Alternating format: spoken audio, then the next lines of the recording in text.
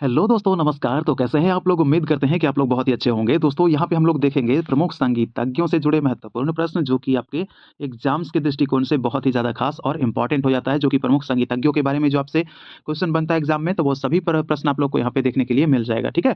तो चलिए हम लोग यहाँ पे देखेंगे, हम आपके लिए बात कर लें कि BPSC, state, LT grade, MRS, DTPSC या फिर यूजीसी नेट वगैरह जो भी है, सभी प्रकार की प्रतियोगी परीक्षाओं में दोस्तों यह सेशन उपयोगी होने वाला है। तो हमारे साथ बहुत अच्छे से अंत तक सारे प्रश्नों को आप लोग देख लीजिएगा, क्योंकि आप लोग के लिए ही क्वेश्चन लेकर आए हैं, ठीक है? आइए, क्वेश्चन है हमारा पहला यहाँ पे, तानसेन का जन्म कब हुआ था? क्या 26 अप्रैल 1506, 25 अप्रैल 1256, 26 जुलाई 1556, एक से अधिक इनमें से कोई नहीं? क्या हो जाएगा यहाँ पे आंसर? यहाँ पे हम आंसर करेंगे, क्या करेंगे? तो तानसेन का जन्म हुआ था 26 अप्रैल 1506 ईस्वी को इनका जन्म हुआ था, ठीक है? वही हम बात करेंगे, पूछेगा कि कहाँ पे इनका जन्म हुआ था, तो आपको पता होना चाहिए कि इनका जन्म ग्वालियर के निकट में बेहट नामक जगह पे हुआ था, है ना? बेहट, ग्वालियर के पास ही पड़ता है। तानसेन का जन्म तो यहाँ पे हो गया, लेकिन इनके पिता के संबंधी अगर बात कर लेंगे कि इनका पिता का क्या नाम था, तो आप लोग को याद रखना है, इनके पिता का नाम था, तानसेन के पिता का नाम मकरंद पांडे इनके पिता थे, ठीक है? मकरंद पांडे। चलिए, याद रहेगा आप लोग को। आगे देखते हैं, क्वेश्चन नंबर 2 हमारा है कि तानसेन का जन्म किसी सिद्ध फकीर के आशीर्वाद से हुआ था, ठीक है? ऐसा कहा जाता है। वह कौन थे? क्या स्वामी हरिदास जी थे, मोहम्मद गौस थे, अबुल फजल, एक से अधिक इनमें से कोई नहीं? क्या हो जाएगा यहाँ पे आंसर? तो यहाँ पे आपका आंसर हो जाएगा, ऑप्शन नंबर बी हो जाएगा, मोहम्मद गौस। और स्वामी हरिदास कौन थे? तो ये तानसेन के गुरु थे, ठीक है? ये तानसेन के गुरु थे। अबुल फजल जो कि अकबर के दरबार में रहते थे, और इन्होंने, अबुल फजल ने क्या लिखा है, कौन सा पुस्तक लिखा है? आईने अकबरी, ठीक है? आईने अकबरी के लेखक आपका हो जाता है अबुल फजल, जिसमें कि अकबर का ही चर्चा है। इसमें आईने अकबरी में तानसेन के बारे में भी जिक्र मिलता है, तो ये भी क्वेश्चन आप लोग के लिए इंपॉर्टेंट हो जाता है, अबुल फजल वाला आईने अकबरी, ये भी याद रखिएगा, ठीक है? चलिए आगे देखते हैं क्वेश्चन। तीसरा नंबर क्वेश्चन है कि तानसेन का वास्तविक नाम क्या था? क्या रामतनु पांडे, मकरंद पांडे, सूरत सेन, एक से अधिक इनमें से कोई नहीं? क्या आंसर हो जाएगा? तो यहाँ पे आपका आंसर हो जाएगा, ऑप्शन नंबर ए हो जाएगा, रामतनु पांडे तानसेन जी का वास्तविक नाम था। या फिर इनको और क्या कहते हैं? तन्ना मिश्र के नाम से भी जानते हैं, तन्ना मिश्र भी इसको कहते हैं, ठीक है? तन्ना मिश्र। मकरंद पांडे कौन थे? तो अभी आपको मैंने बताया कि मकरंद पांडे जो थे वो इसके पिता थे। वहीं सूरत सेन जो देख रहे हैं, ये इनके कौन थे? तानसेन के ये पुत्रों में से एक थे, ठीक है? क्लियर? चलिए आगे देखते हैं क्वेश्चन। चौथा नंबर का क्वेश्चन है, तानसेन का निधन किस वर्ष हुआ था? क्या 1521, 1556, 1586, एक से अधिक इनमें से कोई नहीं? क्या यहाँ पे जवाब हो जाएगा? तो इनके निधन के बारे में अगर हम बात कर लेंगे, तो यहाँ पे आंसर हो जाएगा ऑप्शन नंबर सी, 1586 ईस्वी में इनका निधन हो गया था। अगर आपसे पूछा जाए कि इनका निधन कहाँ हुआ था, तो ध्यान रखना है, इनका निधन दोस्तों कहाँ पे हुआ था? दिल्ली में हुआ था, ठीक है? क्योंकि दिल्ली दरबार आपका जो था मुगल काल में, वहाँ पे दिल्ली में ही था, उसकी राजधानी, तो वहीं पे रहते थे ना। तो वहीं इनकी मृत्यु हो गई थी, कब? तो 1586 ईस्वी में इनकी मृत्यु हो गई थी, ज्वार के कारण, ज्वार से इनकी मृत्यु हो गई थी, ठीक है? चलिए आगे देख लेते हैं क्वेश्चन।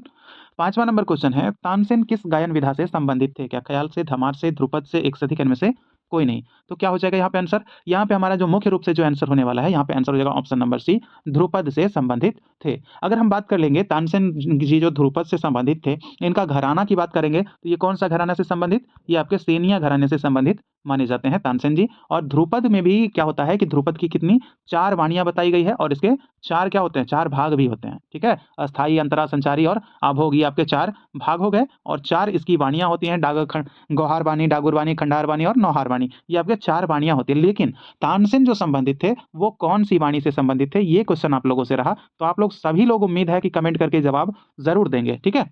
चलिए आगे देखते हैं क्वेश्चन। छठा नंबर का क्वेश्चन है, तानसेन ने इनमें से किस राग की रचना की है? तानसेन के द्वारा, क्या मियाँ की सारंग, मियाँ की तोड़ी, मियाँ की मल्हार, एक से अधिक इनमें से कोई नहीं?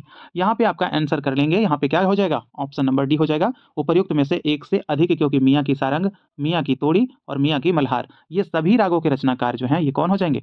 तानसेन। और साथ ही साथ अगर आपसे पूछ दिया जाए, साथ ही साथ आपसे अगर पूछा जाए कि दरबारी कान्हड़ा के लेखक जो आविष्कारक हैं, दरबारी कान्हड़ा, ठीक है, उसके आविष्कारक कौन है? तो आपको याद रखना है कि इसके आविष्कारक भी आपके कौन हो जाएंगे? तानसेन जी हो जाएंगे, ठीक है? तानसेन।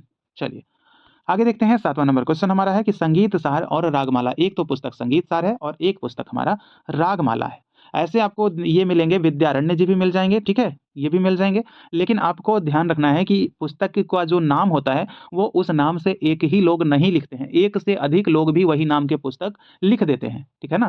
तो कभी कभी ऐसा होता है कि मतलब आप कहें कुछ और फिर आंसर आपका आ जाता है कुछ, तो सभी ध्यान रखना है कि उस नाम से कौन कौन ने लिखा है, ठीक है? चलिए, तो यहाँ पे आंसर क्या हो जाएगा? बैजू बावरा होगा, गोपाल नायक, तानसेन, एक से अधिक इनमें से कोई नहीं। क्या आंसर कर लेंगे?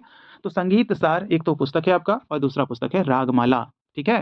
तो यहाँ पे हम आंसर क्या करेंगे? यहाँ पे आंसर करेंगे ऑप्शन नंबर सी को। ये तानसेन के द्वारा, ऐसा कहा जाता है कि तानसेन के द्वारा इस नाम से भी पुस्तक लिखा गया था, संगीत सार भी और रागमाला भी, ठीक है। वैसे अगर बात कर लेंगे तो संगीत सार विद्यारण्य अभी बताया और रागमाला आपका पुंडरीक विट्ठल जी द्वारा भी लिखा गया है। ठीक है, तो ये भी ध्यान रखना है कि आपका तानसेन ने भी लिखा है, इस नाम से ऐसा कहा जाता है। ठीक है, आइए आगे देखते हैं 8वां नंबर क्वेश्चन हमारा कि तानसेन के कितने पुत्र थे? क्या 4 पुत्र, 5, 2, 1 से अधिक, इनमें से कोई नहीं? क्या आंसर हो जाएगा? तो यहाँ पे आपका आंसर होना है तानसेन के पुत्रों की संख्या के बारे में बात कर लेंगे तो आंसर हो जाएगा ऑप्शन नंबर ए आपका तानसेन के 4 पुत्र थे। ठीक है, देखिए ये छोटी बातें हैं लेकिन आपको जानकारी होनी चाहिए। मतलब ऐसा किया हूँ मैं कि थ्योरी को ही उठाकर आप लोग के सामने एमसीक्यूज के रूप में बना दिया हूँ ताकि क्वेश्चन आए किसी प्रकार से भी तो वो आपसे छूटे नहीं। ठीक है, तो लाइन बाय लाइन पढ़ के आप लोगों के लिए जो है दोस्तों क्वेश्चंस आप लोग के लिए लाया हूँ, तो आप लोग जब भी कोई सेशन आता है तो जो भी आपका जो पूछा जाता है आपके एग्जाम्स में तो उसी पैटर्न को देखते हुए, उसी पैटर्न को फॉलो करते हुए लाइन बाय लाइन चेक करके आप लोग के बीच में जो है क्वेश्चन मुझे लाना पड़ता है। ठीक है, तो आप लोग के लिए जो है इतना प्यार जो इतना जो मेहनत करते हैं तो बस तो थोड़ा सा प्यार आप लोग की तरफ से भी मिलना चाहिए ना हमें, है ना? चलिए, एक चीज़ के लिए माफ़ी चाहूँगा कि आज क्लास जो है हम बीच में गैप हो गई थी, थोड़ी-सी बहुत ज़्यादा गैप हो गई थी, 3-4 दिनों की गैप। तो माफ़ी चाहूँगा, इस गैप को भरने की कोशिश करूँगा मैं जल्दी से जल्दी, क्योंकि थोड़ा-सा जो है काम पड़ जाने के कारण जो है कहीं पे जाना पड़ गया था मुझे, है ना? चलिए, अब खैर मैं आ गया हूँ और आप लोग के लिए कंटिन्यू चलता रहेगा। तो तानसेन के कितने पुत्र? 4। अगर आपसे बात करेगा 4 कौन-कौन थे? तो आपको याद रखना है सूरतसेन, सरतसेन, तरंगसेन और क्या? कौन थे? तो भाई उनका नाम था आपका विलास खां, ठीक है? आप कहेंगे सेन, सेन चल रहा था और विलास खां कैसे हो गया? तो भाई क्या कहें? यही है, विलास खां जी हैं, ठीक है? ये आपके 4 पुत्रों में से एक विलास खां भी थे। सूरत सेन याद हो गया होगा ना? सूरत सेन, तरंग सेन, शरत सेन और एक अगर आपसे पूछ दे कि इनकी पुत्री का क्या नाम था? एक इनकी पुत्री हुआ पुत्री थी, उसका नाम था क्या नाम था? कौन कोई बताने वाला है क्या? चलिए फटाफट बता के दिखाइए आप ही लोग, बाद में मैं बता लूँगा। आप लोग पहले बता दीजिए, चलिए, ठीक है?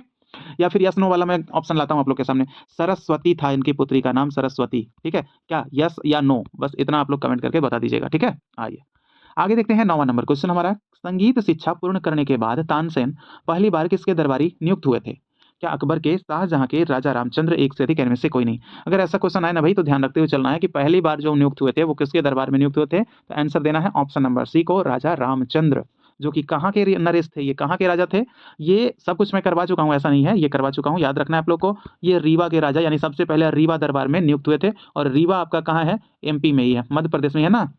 क्लियर कीजिए, मध्य प्रदेश में है ना रीवा आपका? चलिए, ठीक है? तो राजा रामचंद्र के दरबार में थे। आइए अब आगे बढ़ते हैं। क्वेश्चन नंबर 10 हमारा है, तानसेन अकबर के दरबार में किस वर्ष आए थे? क्या 1526 में, 1556 में, 1540, एक से अधिक, इनमें से कोई नहीं?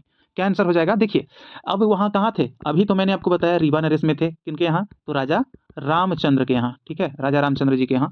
तो ये अकबर, ठीक है? अकबर जो थे और राजा रामचंद्र जो थे, इन दोनों में घनिष्ठ मित्रता थी और जब उनके दरबार में अकबर गए, जब बुलाया गया, तो वहाँ पे वो उसके जो तानसेन की जो प्रस्तुति चल रही थी वहाँ पे, उसको देख के अकबर मंत्रमुग्ध हो गए। तभी से उनके मन में आया तो फिर मतलब कि हमें हाँ, काश हमारे पास भी ऐसा होता।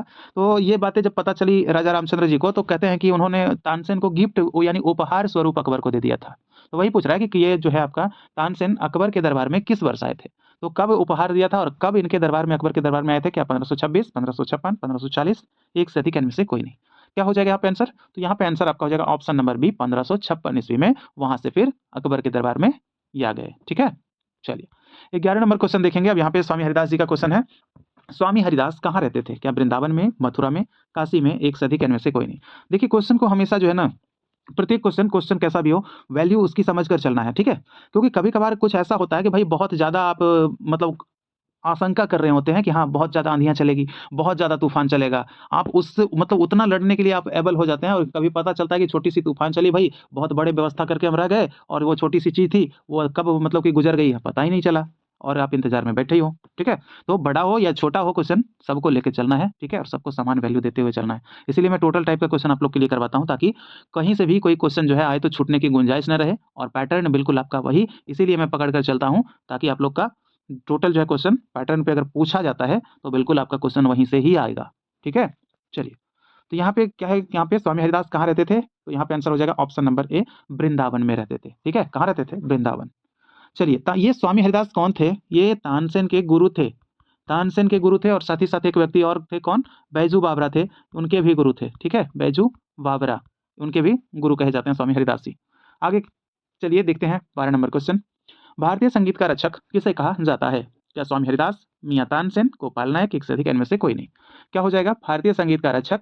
तो यहाँ पे हम लोग आंसर करेंगे ऑप्शन नंबर ए को ही करेंगे, क्योंकि स्वामी हरिदास जी जो हैं इसी नाम से प्रसिद्ध हुए थे। कहा जाता है कि भारतीय संगीत का रक्षक जो है ये स्वामी हरिदास जी है। ठीक है, ये कृष्ण भक्ति में डूबे हुए रहने वाले जो थे ये व्यक्ति थे। कृष्ण भक्ति में ही इन्होंने अपनी जो है क्या कहते हैं उसको कि डूब जाना उसमें, तो वही डूब गए थे।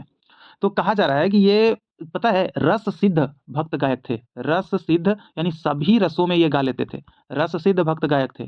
ठीक है, कृष्ण के भक्त थे। यानी जितना भी रस है, श्रृंगार रस हो, करुण रस हो, जो भी रस हो, जैसा भी रस, ये रस सिद्ध गायक इनको कहा जाता है। ठीक है, चलिए आगे यहाँ पे देखते हैं क्वेश्चन हमारा 13 नंबर। स्वामी हरिदास के पिता का क्या नाम था? क्या असुधीर, राजा रामचंद्र, शंकर नारायण दास, एक से अधिक, इनमें से कोई नहीं।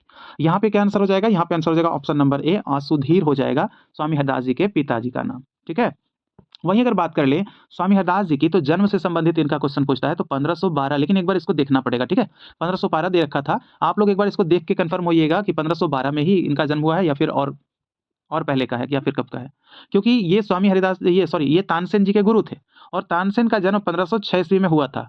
तो मुझे लग रहा है थोड़ा सा इस पे जो है मैंने ढूंढा इसको इस चीज़ को, तो बहुत अलग अलग चीज़ें मिल रही थी। ज़रा सा आप लोग एक बार कंफर्म होइएगा कि स्वामी हरिदास जी का जन्म जो है कब हुआ था, ये चीज़ आपने कहीं देखा है क्या? तो आप लोग कमेंट करिएगा। ठीक है, चलिए मुझे लगता है ये ठीक भी हो सकता है, क्योंकि 1506 यानी कि शिष्य से बड़ा क्या शिष्य से बड़ा नहीं हो सकता है क्या गुरु से? हो सकता है, शिष्य भी बड़ा हो सकता है। हमसे छोटे उम्र का है और अगर वो ज़्यादा जानकारी ले रखा है भाई, तो हम उससे सीख सकते हैं, क्यों नहीं सीख सकते? ऐसा भी होता है ना? तो ये भी हो सकता है। चलिए आगे देखते हैं क्वेश्चन 14 नंबर का क्वेश्चन है। वैष्णव स्वामी हरिदास को किसका अवतार मानते थे? क्या गंधर्व का, ललिता सखी का, वायुदेव का, एक से अधिक, इनमें से कोई नहीं। क्या हो जाएगा इसका आंसर? तो यहाँ पे इसका आंसर होना है ऑप्शन नंबर बी, ललिता सखी का अवतार मानते थे। कौन? वैष्णव जो थे वो स्वामी हरिदास जी को अवतार मानते थे। किसका? तो ललिता सखी का अवतार मानते थे। और ललिता सखी को ऐसा कहा जाता है कि इनको कहा जाता था संगीत की अधिष्ठात्री देवी कहा जाता था। वैसे सरस्वती को भी कहा जाता है, सरस्वती को भी कहा जाता है संगीत की अधिष्ठात्री देवी, लेकिन ये आपका ललिता सखी जो है ये भी जानी जाती हैं। ठीक है, चलिए आगे देखते हैं 15 नंबर क्वेश्चन। इनमें से कौन स्वामी हरिदास के शिष्य हैं? क्या तानसेन, बैजू बावरा, अनंत मनोहर जोशी, एक से अधिक, इनमें से कोई नहीं। तो तानसेन के हम स्वामी हरिदास के शिष्यों की बात कर रहे हैं, तो यहाँ पे आंसर हो जाएगा उपयुक्त में से एक से अधिक, तानसेन हो जाएगा और एक बैजू बावरा हो जाएगा। अनंत मनोहर जोशी नहीं होगा, क्योंकि ये भैया किसके शिष्य हैं? चलिए कोई बताइए, फटाफट कमेंट कीजिए कमेंट बॉक्स में किसके शिष्य है। मैं आप लोगों का इंतजार कर रहा हूँ, तो फटाफट टाइप कर दीजिए आप लोग। चलिए आगे देखते हैं। देखता हूं मैं एक चीज कि जो लोग कमेंट करते हैं ना, वही लोग अक्सर कमेंट करते रहते हैं और जवाब देते रहते हैं।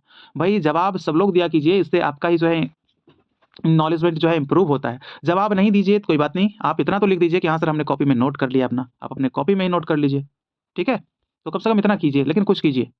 ठीक है, चलिए स्वामी हरिदास ने ध्रुपद की रचना किस भाषा में की थी? ध्रुपद की रचना क्या तेलुगु में किया था, ब्रज भाषा में, कन्नड़ में, एक से अधिक, इनमें से कोई नहीं। क्या हो जाएगा यहाँ पे आंसर? तो यहाँ पे हम आंसर कर लेंगे ऑप्शन नंबर बी को, ब्रज भाषा में रचना किए थे स्वामी हरिदास ठाकुर जी। ठीक है, और ये ध्रुपद की रचना तो किए थे, लेकिन ये भाषा तो ब्रज था, लेकिन ध्रुपद की जो वाणियां बताई हमने, उसके कौन से वाणी से संबंधित थे, ये भी चलिए आप ही लोग बता दीजिए। नाम में भी बता दिया मैं, अभी इनके नाम में ही छुप जाएगा, है ना। चलिए आगे देखते हैं क्वेश्चन नंबर 17 है। ब्रज क्षेत्र में प्रसिद्ध रासलीला को इनमें से किसकी देन मानी जाती है? यानी कि आज के डेट में जो ब्रज के क्षेत्र में जो रासलीला जो प्रसिद्ध है, वो किसने प्रसिद्ध किया था या फिर किनकी देन मानी जाती है? तो ये बताना है आपको। क्या नित्यानंद, स्वामी हरिदास, विद्यापति, एक से अधिक, इनमें से कोई नहीं। तो यहाँ आंसर कर लेंगे ऑप्शन नंबर बी को, स्वामी हरिदास जी को। ठीक है, और स्वामी हरिदास जी का जन्म तो हुआ था, आपको बताया ही कि इनका जन्म 1512, लेकिन ये आपको याद रखना है कि खैरवाली गाँव में हुआ था। कहाँ पे हुआ था? खैरवाली गाँव में जन्म हुआ था स्वामी हरिदास जी का। ठीक है, चलिए आगे देखते हैं क्वेश्चन नंबर 18। स्वामी हरिदास ने किस ग्रंथ की रचना की है? क्या नाद विनोद, वाणी, नाद विनोद, भारतीय संगीत वाद्य, एक से अधिक, इनमें से कोई नहीं। क्या आंसर हो जाएगा यहाँ पे? तो आंसर यहाँ पे कर लेंगे ऑप्शन नंबर डी को। एक तो आपका वाणी कहा जाता है और दूसरा नाद विनोद कहा जाता है। नाद विनोद और भी कोई व्यक्ति लिखे हैं, लेकिन यहाँ पे स्वामी हरिदास जी के साथ भी जुड़ जाएगा। भारतीय संगीत वाद्य ये इनका पुस्तक नहीं है, ये है किनका? लाल मणि मिश्र का। लाल मणि मिश्र जी की पुस्तक है भारतीय संगीत वाद्य। ठीक है, तो ध्यान रखना है वाणी, नाद विनोद। अगला क्वेश्चन देखते हैं यहाँ पे, क्वेश्चन नंबर 19 हमारा हो जाएगा। गोपाल नायक किसके दरबारी थे? क्या राजा रामदेव के, राजा सिंघन के, राजा रामचंद्र के, एक से अधिक, इनमें से कोई नहीं। क्या इसका आंसर हो जाएगा? तो गोपाल नायक, तो यहाँ पे आंसर हो जाएगा ऑप्शन नंबर ए हो जाएगा, राजा रामदेव, क्योंकि राजा रामचंद्र ये रीवा के थे, यहाँ पे तानसेन पहली बार आए थे। राजा सिंघन ये आपके कहाँ के थे? दक्षिण के थे। और ये बात कर लेंगे इनके दरबारी कौन थे, तो आपको बताए थे ना कि सारंग देव थे। कौन? सारंगदेव इन्हीं के दरबार में रहते थे ना, राजा सिंघन के दरबार में रहा करते थे। ठीक है, चलिए तो यहाँ पे गोपाल नायक राजा रामदेव के दरबार में रहते थे। ठीक है, जो कि कहाँ के थे, ये देवगिरी के थे। कहाँ के, देवगिरी के राजा थे, देवगिरी में ही चलता था। और अमीर खुसरो जब आक्रमण किया था 1294 ईस्वी में, तो गोपाल नायक को अपने साथ लेकर गए थे अलाउद्दीन खिलजी जी, मतलब जीत लिए थे ना, तो वो लेके गए थे अपने साथ। और अपना जो टोटल उसके बाद जो समय बिताया गोपाल नायक, वो दिल्ली में ही बिताया, उनका निधन भी वहीं हुआ था। ठीक है, चलिए आगे देख लेंगे। 20 नंबर क्वेश्चन है हमारा, देवगिरी बिलावल नामक राग की रचना किसने की है? तो देवगिरी बिलावल का राजा मान सिंह तोमर, वाजिद अली शाह, गोपाल नायक, एक से अधिक, इनमें से कोई नहीं। तो यहाँ पे आपका आंसर हो जाएगा देवगिरी बिलावल, यानी कि ऑप्शन नंबर सी, क्योंकि ये गोपाल नायक से ही संबंधित हो जाएंगे। और गोपाल नायक देवगिरी बिलावल इसलिए रचित थे क्योंकि यादवों की राजधानी हुआ करती थी देवगिरी, और वहीं के राजा थे कौन, राजा रामदेव। ठीक है, और वहीं पे गोपाल नायक दरबारी गायक थे, तो इसीलिए गोपाल नायक जो रचना किए देवगिरी बिलावल राग का रचना किए। ठीक है, मान सिंह तोमर ये किसके आविष्कारक थे? चलिए फटाफट क्वेश्चन आप लोगों से। वाजिद अली शाह ये किसके आविष्कारक थे? चलिए फटाफट ये भी आप लोग के लिए क्वेश्चन तो टाइप करते चलिएगा, बताते चलिए आप लोग। चलिए अगला क्वेश्चन देखेंगे, सदारंग का जन्म किस वर्ष हुआ था? क्या 1760, 1670, 1607, एक से अधिक, इनमें से कोई नहीं। तो यहाँ पे आपका आंसर हो जाएगा ऑप्शन नंबर बी, 1670 ईस्वी में इनका जन्म हुआ था। अगर सदारंग की बात ही कर ही रहे हैं तो इनका जो था एक नाम पूछा जाता है कि सदारंग का वास्तविक नाम क्या था, तो ये याद रखना है, नियामत खां था, नियामत खां। और पिता के बारे में अगर पूछा जाए कि इनके पिता कौन थे, तो याद रखना है परमाल खां। ठीक है, परमाल परमाल खां साहब इनके पिता थे, ये भी ध्यान रखना है। ठीक है, परमाल खां। और छोटा भाई इनका था एक, उसका नाम था खुसरो खां। ठीक है, खुसरो खां उसके छोटे भाई थे। और एक खुसरो खां के बारे में बात करते हैं तो सुबोध नंदी जो थे, पुस्तक लिखे थे, ये बंगाल के लेखक थे सुबोध नंदी। वो अपने पुस्तक में बताते हैं कि खुसरो खां ही तबले के आविष्कारक हैं, ये उनके अनुसार। लेकिन ऐसा माना जाता है कि ये जो आविष्कारक हैं जो तबला के, वो आविष्कारक अमीर खुसरो को ही माना जाता है, अमीर खुसरो को। लेकिन सुबोध नंदी मानते हैं कि खुसरो खां थे। ठीक है, चलिए चलिए 22 नंबर क्वेश्चन देखते हैं यहाँ पे कि सदारंग किसके दरबारी गायक थे? क्या मोहम्मद शाह के, बादशाह अकबर के, जहांगीर के, एक से अधिक, इनमें से कोई नहीं। तो यहाँ पे क्या आंसर हो जाएगा आपका? तो यहाँ पे जो आपका आंसर होना है ऑप्शन नंबर ए हो जाएगा, मोहम्मद शाह। और मोहम्मद शाह को किसकी उपाधि मिली थी? तो रंगीले की उपाधि मिली थी। मोहम्मद शाह को रंगीला बादशाह मोहम्मद शाह को ही कहा जाता था, ये भी ध्यान रखना है। तो इसीलिए इसका पूरा नाम जुड़ जाता है मोहम्मद शाह रंगीले। ठीक है, मोहम्मद शाह रंगीले ना देकर अगर कभी आपसे मोहम्मद शाह ही केवल दे दिया तो कंफ्यूज नहीं होना है। ठीक है, चलिए तो सदारंग याद आ गया आप लोग को, कहाँ पे इनका जन्म कब हुआ बता ही दिए, 1670। पिता कौन थे? परमाल खां थे। ठीक है, ये ध्यान रखना है। अब अकबर के दरबार में कौन थे? तो तानसेन थे। ठीक है, तानसेन थे अकबर के दरबार में। क्लियर। जहांगीर जो थे ये भी संबंधित थे थोड़ा बहुत, लेकिन इनका संबंध चित्रकारी में ये ज्यादा ध्यान देते थे जहांगीर जी। ठीक है, चलिए आगे देखते थे क्वेश्चन, देखते हैं क्वेश्चन 23, इनमें से कौन सदारंग के शिष्य हैं? क्या मोहम्मद शाह, फिरोज खां, गुणीदास, एक से अधिक, इनमें से कोई नहीं। क्या आंसर हो जाएगा यहाँ पे? तो यहाँ पे आपका आंसर हो जाएगा, सदारंग के शिष्य की बात कर ले, उनके दामाद कह लें, तो दोनों एक ही व्यक्ति हैं। आंसर हो जाएगा ऑप्शन नंबर बी, फिरोज खां। और फिरोज खां को क्या कहते हैं, किस नाम से जानते हैं? तो इनको कहते हैं भैया अदारंग कहते हैं, अदारंग। सदारंग अदारंग, अदारंग जो आपके हो जाएंगे फिरोज खां ही हो जाएंगे। ठीक है, और गुणीदास को क्या कहते हैं? गुणीदास किनको कहते हैं? गुणीदास कहते हैं जगन्नाथ बुआ को। ठीक है, जगन्नाथ बुआ को कहा जाता है, गुणीदास के उपाधि से सम्मानित किया गया था इनको, गुणीदास। ठीक है, उपनाम कह सकते हैं भी।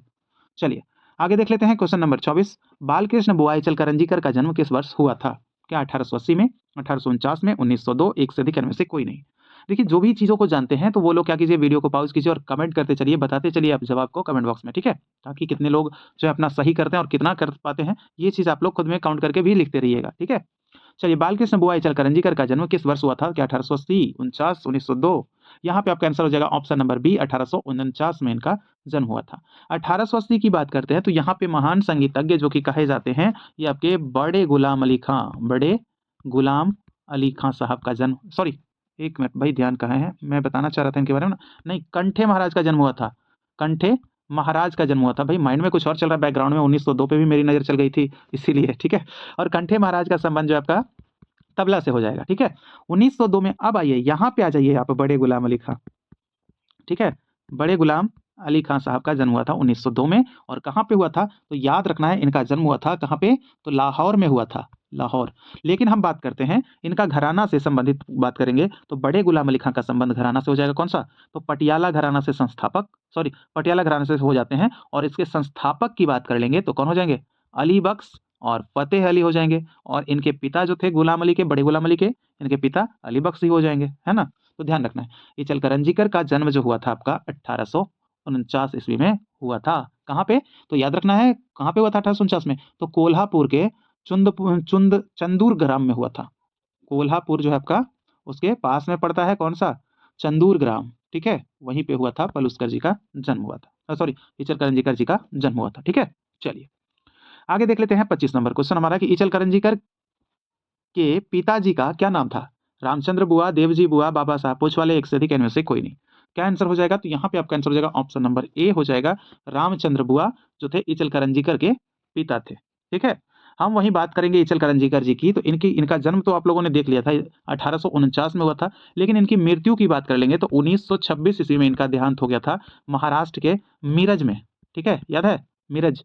तो मीरज में इनकी मृत्यु हो गई थी, साथ ही साथ ये ध्यान रखना है। चलिए आगे देखते हैं 26 नंबर का क्वेश्चन है, संगीत दर्पण नामक मासिक पत्रिका के संपादक कौन थे? देखिए दामोदर भी है ऑप्शन में, इचल करंजीकर भी है ऑप्शन में, दिगंबर पलुस्कर भी हैं, एक से अधिक भी है, इनमें से कोई नहीं भी है। तो आप लोग को नाम याद होना चाहिए। आप लोग कैसे, देखिए अभी बहुत सारे लोग सोच रहे होंगे कि पंडित दामोदर लगा के निकल जाएं आगे, लेकिन गलत हो जाएगा, ध्यान दीजिएगा आप लोग। मासिक पत्रिका है, ना कि कोई ग्रंथ या पुस्तक लिखा हुआ है, ठीक है। अगर यहाँ पे रहता संगीत दर्पण नामक ग्रंथ जो है किसने लिखा, तब दामोदर हो जाएंगे। इनका बुक था, बुक लिखा हुआ था, इनका ग्रंथ था, लेकिन यहाँ पे आपका क्या है, मासिक पत्रिका है। तो इस हिसाब से जो आंसर करना है यहाँ पे ऑप्शन नंबर बी करना है, बालकृष्ण बुआ इचल करंजीकर को करना है, ठीक है, ध्यान रखिएगा। तो संगीत दर्पण नामक जो मासिक पत्रिका के संपादक ऑप्शन नंबर बी बालकृष्ण बुआ इचल करंजीकर, और पुस्तक रहे तो फिर दामोदर। चलिए आगे देखते हैं 27 नंबर क्वेश्चन, गायन समाज की स्थापना किसने की थी? क्या पंडित दामोदर ने, बालकृष्ण बुआ इचल करंजीकर ने, विष्णु दिगंबर पलुस्कर, एक से अधिक, इनमें से कोई नहीं। क्या आंसर हो जाएगा? तो गायन समाज के बारे में बात कर लेंगे तो यहाँ पे आंसर ये भी हो जाएगा आपका पंडित बालकृष्ण बुआ इचल करंजीकर हो जाएंगे। और ये गायन समाज से क्वेश्चन आता है कि इसकी स्थापना कहाँ की गई थी, तो याद रखना इसकी स्थापना हुई थी मुंबई में हुआ था, ठीक है, मुंबई में। और पलुस्कर जी ने क्या किया था मुंबई में, तो 1901 ईस्वी में क्या किया था, सॉरी 1908 में दूसरी खोली थी ना, 8 में, एक वाला तो लाहौर था, 1908 में दूसरी गंधर्व महाविद्यालय की शाखा खोली थी, ठीक है, गंधर्व। और पलुस्कर जी भी एक क्या कर रहे थे कि संगीत की एक पत्रिका प्रकाशित कर रहे थे, उसका नाम क्या था? तो उसका नाम था संगीतामृत प्रवाह, ठीक है, संगीतामृत प्रवाह नामक पत्रिका जो निकालते थे वो पलुस्कर निकालते थे। और आप देखें इचल करंजीकर जी का कौन था? तो संगीत दर्पण था, ठीक है। चलिए आगे देख लेते हैं क्वेश्चन 28 नंबर का, बालकृष्ण बुआ इचल करंजीकर को कौन सी उपाधि से सम्मानित किया गया था? क्या कलावंत कहा गया था, गायक, नायक, एक से अधिक, इनमें से कोई नहीं। कौन सी उपाधि मिली थी इनको? तो यहाँ आंसर करेंगे ऑप्शन नंबर ए को, कलावंत को करेंगे। क्यों कलावंत इनको कहा जाता था? क्योंकि भैया इनके बारे में बता देते हैं आपको, ध्रुपद, धमार, ठीक है, ख्याल, टप्पा, ये सभी चीजों में ये पारंगत व्यक्ति थे, सभी में पारंगत थे इचल करंजीकर जी, इसलिए इनको कलावंत भी कहा जाता था, कलावंत की उपाधि दी गई थी। और कलावंत अच्छा किसको कहते थे? प्राचीन काल में ध्रुपद गायकों को कहते थे कलावंत? ये आप लोग मुझे कमेंट करके बताइएगा, क्या कहते थे, हाँ या ना, ठीक है, कमेंट कीजिए फटाफट। आगे देखते हैं क्वेश्चन नंबर 29, इनमें से कौन इचल करंजीकर के गुरु हैं? क्या देवजी बुआ, भाऊ बुआ, हद्दू खां, एक से अधिक, इनमें से कोई नहीं। क्या आंसर हो जाएगा यहाँ पे? तो यहाँ पे आपका आंसर हो जाएगा उपयुक्त में से एक से अधिक, क्योंकि दोस्त मेरे बता दे आपको, देवजी बुआ भी इनके गुरु थे, भाऊ बुआ भी इनके गुरु थे, और हद्दू खां भी इनके गुरु थे, एक से अधिक, सॉरी, तो यहाँ पे एक से अधिक हो जाएगा आंसर, ठीक है। तो आप लोग के लिए बता दें, हम जो भी लोग हमारे साथ जो भी भाई बहन जुड़े हैं उनको लगता है कि भाई ये सब सेशन का पीडीएफ हमारे पास हो, तो दोस्तों आप लोग के लिए कुछ एक छोटी सी जो है मिनिमम अमाउंट जो है कुछ चार्ज आप लोगों से है। तो दोस्तों जो मेहनत करते हैं उसके लिए, तो जो भी लोग लेना चाहते हैं मेरे दोस्त पीडीएफ के लिए, तो संपर्क कर लीजिएगा आप लोग व्हाट्सएप पे 9122366282, ये व्हाट्सएप नंबर है, ठीक है, ये व्हाट्सएप नंबर है, व्हाट्सएप कीजिएगा आप लोग इस पे, ठीक है।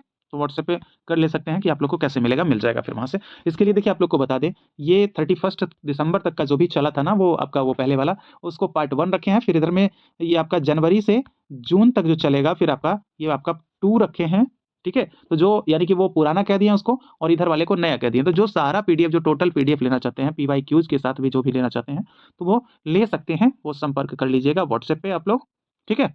चलिए तो यहाँ पे आंसर उपयुक्त में से एक से अधिक हो जाएगा। आगे देख लेते हैं क्वेश्चन, और यहाँ पे था बचा हुआ, इनमें से कौन बालकृष्ण बुआ इचल करंजीकर के शिष्य हैं?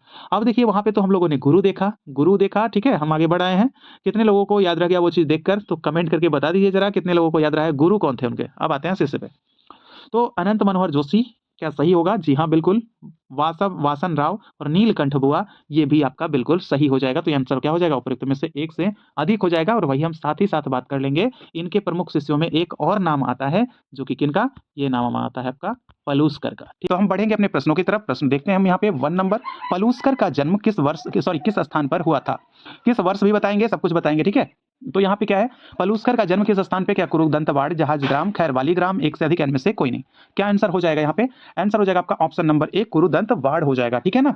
कुरुदंतवाड़ हम बात कर लेंगे इनकी, ये कुरुदंतवाड़ की, तो ये कहाँ पड़ता है आपका? महाराष्ट्र में पड़ता है, ठीक है, महाराष्ट्र के अंदर पड़ता है। और इनका जन्म जो हुआ था, जैसा कि मेरे मुख से पहली बार निकला कि कब हुआ था, तो आपको बता दें कि 18 अगस्त, ठीक है, 18 अगस्त 1872 ईस्वी को इनका जन्म हुआ था, ठीक है। कहाँ पे? महाराष्ट्र में इनका जन्म हुआ था। चलिए जहाज ग्राम की बात कर लेंगे, तो यहाँ पे ये आ जाएंगे, कौन सा नाम? ये ओमकार नाथ ठाकुर आएंगे। इनसे रिलेटेड भी प्रश्न आप लोग के बीच लाएंगे, क्योंकि अभी संगीतज्ञ वाला क्वेश्चन बहुत ज्यादा वेटेज रहता है वहाँ पे आप लोग के किसी भी एग्जाम में। तो ये चीज को जो है हम डायरेक्टली आप लोगों से पहले करवा दे रहे हैं, बहुत अच्छे से आप लोग का तैयार। उसके बाद फिर हम आगे और भी बढ़ते चलेंगे। देखिए खैरवाली ग्राम में किनका जो है जन्म हुआ था, करवाए थे ना पिछले सेशन में, आप लोग को कमेंट करके बता देना है खैरवाली गांव वाला, ठीक है। जस्ट इसका पिछला सेशन जो संगीतज्ञ वाला पहला सेशन था, उसमें आप लोग को बताए थे, ठीक है। चलिए तो यहाँ पे आपका हो गया जहाज ग्राम से संबंधित ओमकारनाथ ठाकुर हो जाएंगे, ठीक है। आइए अगला क्वेश्चन देखते हैं, दूसरा नंबर का क्वेश्चन। विष्णु दिगंबर पलूसर के पिता का क्या नाम था? क्या दिगंबर गोपाल, गौरी शंकर, श्री राधाकृष्णन, एक से अधिक इनमें से कोई नहीं।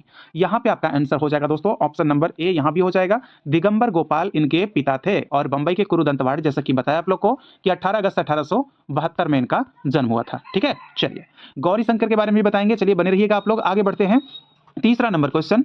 बालकृष्ण बुआ इचल करंजीकर इनमें से किसके गुरु हैं? देखिए किसके गुरु हैं? क्या ओमकारनाथ ठाकुर के गुरु हैं, पंडित विष्णु दिगंबर पलूस्कर के गुरु हैं, पंडित भातखंडे के गुरु हैं, एक से अधिक इनमें से कोई नहीं। किसके गुरु हैं? ये यहाँ पे आपका क्वेश्चन जो इस प्रकार से दिया गया है, आपका ये क्वेश्चन इस प्रकार भी हो सकता था कि बालकृष्ण बुआ इचल करंजीकर के शिष्य कौन है। ये क्वेश्चन इस प्रकार भी हो सकता था, तब भी आपका आंसर वही रहता है ना। तो बताना है कि इनमें से किसके गुरु हैं, ठीक है। तो यहाँ पे आपका आंसर हो जाएगा ऑप्शन नंबर बी, पंडित विष्णु दिगंबर पलूस्कर जी के गुरु हैं। क्योंकि ओमकारनाथ ठाकुर के गुरु की अगर हम बात कर लेंगे तो पलूस्कर जी ही हो जाएंगे ओमकारनाथ ठाकुर के गुरु, ठीक है। चलिए आगे देखते हैं क्वेश्चन को। तो चौथा नंबर क्वेश्चन हमारा आ जाता है, पलूस्कर का निधन किस वर्ष हुआ था? किस वर्ष हुआ था पलूस्कर का निधन? क्या 1931 में, 1968 में, 1936, एक से अधिक इनमें से कोई नहीं। क्या आंसर हो जाएगा यहाँ पे? तो यहाँ पे हम आंसर कर लेंगे ऑप्शन नंबर ए को, 1931 ईस्वी में इनका निधन हुआ था। अगर आपसे क्वेश्चन पूछे कि इनका निधन कहाँ हुआ था, तो आपको ध्यान रखना है मेरे दोस्त, कहाँ पे? मीरज में हुआ था, ठीक है। मीरज जो कि कहाँ पड़ता है? महाराष्ट्र में पड़ता है, महाराष्ट्र में पड़ता है। रामनाथ आश्रम का स्थापना जो किए थे पंडित पलूस्कर जी ने किया था। कहाँ पे किया था? तो वो पूछा जाता है आपका, तो स्थान आपका नासिक हो जाएगा, रामनाथ या राम नाम आश्रम, ठीक है। तो आप लोग को ध्यान देते हुए चलना है, क्लियर। 1968 इसमें आपका निधन हो जाएगा किनका? बड़े गुलाम अली खां साहब का निधन हो जाएगा 1968 के अंदर, ठीक है, क्लियर। 1968 में। 1936 में किनका निधन हो जाएगा? चलिए आगे मैं बताऊंगा, इन सब चीजों को आपके साथ शेयर करूंगा। हम बढ़ते हैं आगे। आप लोगों से बता दें कि जो भी लोग मेरे दोस्त हैं, पीडीएफ आप लोग को कैसे मिलेगा, तो ये सेशन के अंत में आप लोग को बता देंगे। जो भी लोग पीडीएफ लेना चाहते हैं तो बने रहिएगा हमारे साथ। तो इसका आंसर क्या हो गया? ऑप्शन नंबर ए आपका। चलिए अब आगे देख लेते हैं। यहाँ पे जो हमारा क्वेश्चन है नंबर 5 कह रहा है कि सर्वप्रथम गंधार नहीं गंधर्व, ठीक है, गंधर्व महाविद्यालय की स्थापना कहाँ हुई थी? क्या मुंबई में, कोलकाता में, लाहौर में, एक से अधिक इनमें से कोई नहीं। तो यहाँ पे जो आपका आंसर हो जाएगा, यहाँ पे आंसर करेंगे ऑप्शन नंबर सी को, लाहौर में। और इसका स्थापना वर्ष आप लोग को फटाफट कमेंट बॉक्स में लिख देना है कि इसका स्थापना कब हुआ था? पंडित पलूस्कर जी के द्वारा, ठीक है। तो अगर पूछे आपसे कौन किए थे गंधर्व महाविश्वविद्यालय की स्थापना लाहौर में सर्वप्रथम, तो आपको याद रखना है पंडित पलूस्कर जी किए थे, ठीक है। पलूस्कर, इन्होंने पहली विद्यालय जो खोली थी वो लाहौर में ही खोली थी, ठीक है। लेकिन दूसरी शाखा को लाया गया कहाँ पे? मुंबई में, ठीक है। चलिए अगला क्वेश्चन छठा नंबर का, मुंबई में गंधर्व महाविद्यालय की दूसरी शाखा कब खोली गई थी? देखिए क्वेश्चन आ गया, क्या 1960 में, 1901 में, 1908 में, एक से अधिक इनमें से कोई नहीं। तो यहाँ पे आपका आंसर हो जाएगा दूसरी शाखा जो खोला गया था, यहाँ पे आंसर करेंगे ऑप्शन नंबर सी को, 1908 ईस्वी में, जो कि कहाँ पे? तो आपको दिया हुआ है ना, कहाँ पे? बंबई में, ठीक है। पूछता कहाँ पे दूसरी शाखा खोली पलूस्कर जी ने गंधर्व महाविद्यालय की, तो याद रखना है बंबई में खोली थी। उस समय नाम बंबई था, लेकिन अभी उसको मुंबई के नाम से जानते हैं, ठीक है। चलिए तो यहाँ पे हो गया आपका ऑप्शन नंबर सी। अगला क्वेश्चन 7वां नंबर का क्वेश्चन, पलूस्कर ने किस वर्ष अहमदाबाद में संगीत का अधिवेशन करवाया था? देखिए दोस्त, जो भी क्वेश्चन आप लोग के लिए करवा रहे हैं रिलेटेड क्वेश्चन है, आप लोग का पैटर्न रिलेटेड है, व्यक्ति से संबंधित क्वेश्चन है, तो आप लोग के लिए खास दायित्व बन जाता है कि इन सब क्वेश्चनों को बहुत अच्छे से गौर से आप लोग कंप्लीट करते चलिएगा, ठीक है। तो आपसे जैसा कि हम कहते हैं कि लाइन बाय लाइन पढ़ के उसके बाद फिर आप लोग के लिए क्वेश्चन जो है तैयार करते हैं, और क्वेश्चन आपका वही पैटर्न पे रखते हैं जो कि आपका एग्जाम में पूछता है। इसीलिए आप लोग से बोलते हैं कि चाहे बीपीएससी हो, एलटी ग्रेड, एमआरएस, डीट्रिपल या फिर सभी, तो सभी के पैटर्न को ध्यान रखते हुए थोड़ा ऊपर नीचे जो क्वेश्चन का लेवल रहता है, तो सभी प्रकार के क्वेश्चनों को करवाते चल रहे हैं, ताकि आपका एक ही सेशन में सारा कुछ क्लियर हो जाए सभी का, है ना। चलिए, तो यहाँ पे आंसर क्या होगा? पलूस्कर ने किस वर्ष अहमदाबाद में संगीत का अधिवेशन कराया था? 1918, 1916, 1925, एक से अधिक इनमें से कोई नहीं। क्या आंसर हो जाएगा? तो यहाँ पर आंसर होना है ऑप्शन नंबर सी को, 1925 में करवाया था संगीत का अधिवेशन। कहाँ करवाया था? तो ध्यान रखना है अहमदाबाद में करवाया था। और 1925 में किसने करवाया था? तो ध्यान रखना है ये भी पलूस्कर ने करवाया था। ठीक है, चलिए अब बात करते हैं यहाँ पे पलूस्कर ने करवाया, कहाँ करवाया सब कुछ जाने। बात करते हैं 1916 की, तो 1916 भी अधिवेशन हुआ था, याद रखिएगा ये आपका भातखंडे का अधिवेशन था, जो कि कहाँ पे करवाए थे? क्या किन्हीं को है पता? चलिए कमेंट करके बताइए आप लोग कि कहाँ पे करवाए थे पंडित भातखंडे जी। ठीक है, 1916 में। देखिए माधव संगीत विद्यालय एक था जो कि ग्वालियर में पड़ता है आपका, इसका स्थापना 1918 में हुआ था, इसका माधव संगीत विद्यालय का, जिसके संस्थापक कौन थे? भातखंडे थे, जिसके संस्थापक भातखंडे माने जाते हैं। ठीक है, चलिए अगला क्वेश्चन यहाँ पे देखते हैं 8 नंबर। संगीतामृत प्रवाह नामक पत्रिका का संपादन किसने किया था? क्या विष्णु नारायण भातखंडे ने, पंडित विष्णु नारायण मोरेश्वर खरे ने, पंडित विष्णु दिगंबर पलुस्कर ने, एक से अधिक इनमें से कोई नहीं। क्या हो जाएगा इसका आंसर? पंडित नारायण मोरेश्वर खरे होंगे क्या? नहीं होंगे। भातखंडे होंगे क्या? नहीं होंगे। तो यहाँ पे आंसर आपका होगा ऑप्शन नंबर सी हो जाएगा, विष्णु दिगंबर पलुस्कर जी हो जाएंगे, जो कि संगीतामृत प्रवाह नामक पत्रिका का संपादन किया था। अगर पूछेगा आपसे कि किस वर्ष किया था, तो फिर आपको क्या बता देना है? 1909 बता देना है, आंख बंद करके। ठीक है, 1909। ठीक है ना, चलिए तो सेशन कितने लोगों को अच्छा लग रहा है? चलिए आप लोग लिखते भी चलिएगा कि कितने लोगों को सेशन अच्छा लगता है, और कितने लोगों को जो कहते हैं हम कमेंट करने के लिए, बताने के लिए, तो भाई उन सब सवालों का जवाब भी आप लोग देते चलिए, क्योंकि आपके मेमोरी के दृष्टिकोण से काफ़ी फायदेमंद होने वाला है, क्योंकि मेमोरी स्ट्रांग होने वाली है आपकी उस तरह से, है ना। मान लीजिए क्या है, ये एक तरह का मॉक टेस्ट ही आप लोगों से चल रहा है ना। चलिए देखते हैं 9वां नंबर क्वेश्चन। इनमें से किसने स्वरलिपि पद्धति का निर्माण किया? क्या पंडित विष्णु नारायण भातखंडे ने, नारायण मोरेश्वर खरे ने, पंडित विष्णु दिगंबर पलुस्कर ने, एक से अधिक इनमें से कोई नहीं। क्या आंसर हो जाएगा? तो स्वरलिपि पद्धति के जो निर्माण करने वाले व्यक्ति थे, यहाँ पे आप लोग को दिख रहा होगा, उपयुक्त में से एक से अधिक दिख रहा है, क्योंकि एक आपके तो भातखंडे थे और दूसरे आपके पलुस्कर थे। ठीक है, तो ये दोनों व्यक्ति जो हैं स्वरलिपि पद्धति का निर्माण करने के लिए जाने जाते हैं, इसलिए आंसर ऑप्शन नंबर डी हो जाएगा। ठीक है, चलिए अगला क्वेश्चन 10वां नंबर क्वेश्चन। संगीत बाल बोध नामक पुस्तक किसके द्वारा लिखा गया है? क्या विष्णु नारायण भातखंडे के द्वारा, विनायक राव पटवर्धन के द्वारा, विष्णु दिगंबर पलुस्कर, एक से अधिक इनमें से कोई नहीं। तो संगीत बाल बोध हो गया, या फिर महिला संगीत हो गया, या फिर आपका व्यायाम के साथ संगीत हो गया, या फिर आपका टप्पा गायन हो गया। तो ये सभी जो चीजें हैं, ये सभी जो पुस्तकें हैं, किनके द्वारा लिखा गया है? तो ये पुस्तक लिखा गया है, ऑप्शन नंबर सी इसका भी जवाब हो जाएगा, विष्णु दिगंबर पलुस्कर जी के द्वारा। ठीक है, चलिए अगले क्वेश्चन की तरफ बढ़ जाते हैं। यहाँ पे आपको कमेंट करके बताना है, यहाँ से क्या बताना है? पंडित विनायक राव पटवर्धन जी का बुक बताना है कि इन्होंने कौन सा पुस्तक लिखा था। ठीक है, ये बताना है आपको, कमेंट कीजिएगा फटाफट। चलिए आगे देख लेते हैं क्वेश्चन 11 नंबर का। पंडित भातखंडे का जन्म किस वर्ष हुआ था? क्या 1902, 1860, 1872, एक से अधिक इनमें से कोई नहीं। क्या इसका आंसर हो जाएगा? तो यहाँ पे आपका आंसर होना है मेरे दोस्त, ऑप्शन नंबर बी हो जाएगा, 1860 ईस्वी, 10 अगस्त 1860 ईस्वी को इनका जन्म हुआ था। ठीक है, 72 वाला आप लोग को जानते हैं कि 1872 में किनकी जन्म हुई थी? चलिए फटाफट लिख दीजिए कमेंट बॉक्स में, अभी मैंने आपको बताया पिछले क्वेश्चन में।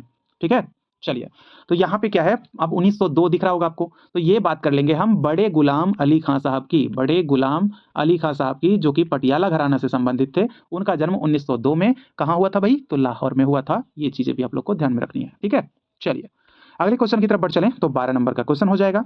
भातखंडे ने खालिस्तान ईस्वी में BA तथा खालिस्तान ईस्वी में LLB पास किया था। तो बताना है यहाँ पे, फिल इन द ब्लैंक्स है, भरना है इसको। क्या 1884 ईस्वी में BA और 1896 में LLB किया था, या 1883 में BA और 1890 में LLB किया, या 1887 में BA और 1896 में LLB किया? यही भरना है, एक से अधिक इनमें से कोई नहीं।